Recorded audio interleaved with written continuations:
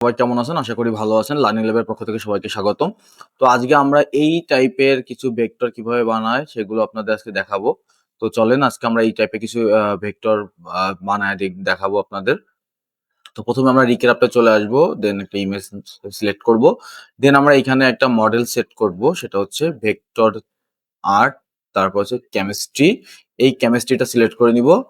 এখানে আমি একটা সাইজ সিলেক্ট করে নিলাম। ওকে। আমি এই জায়গায় একটু জুমটা কমাই। ওকে, যাতে আমার দেখতে সুবিধা হয়।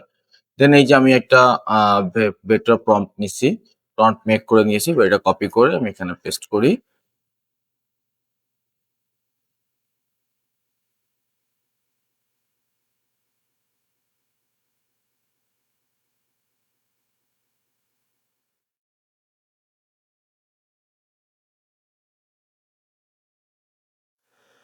দেখেন এই যে একটা প্রম্পট রেডি হয়ে একটা ভেক্টর রেডি হয়ে গেছে।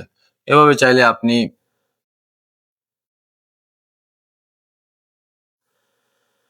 কর্পোরেট টাইপ ছবি মেক করতে পারবেন।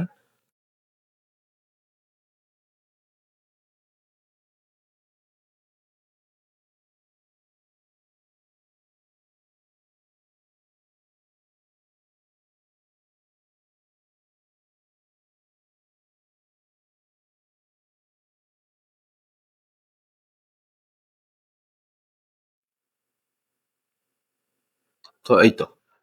আপনি এইভাবে এই টাইপের ইমেজ রেডি করতে পারবেন।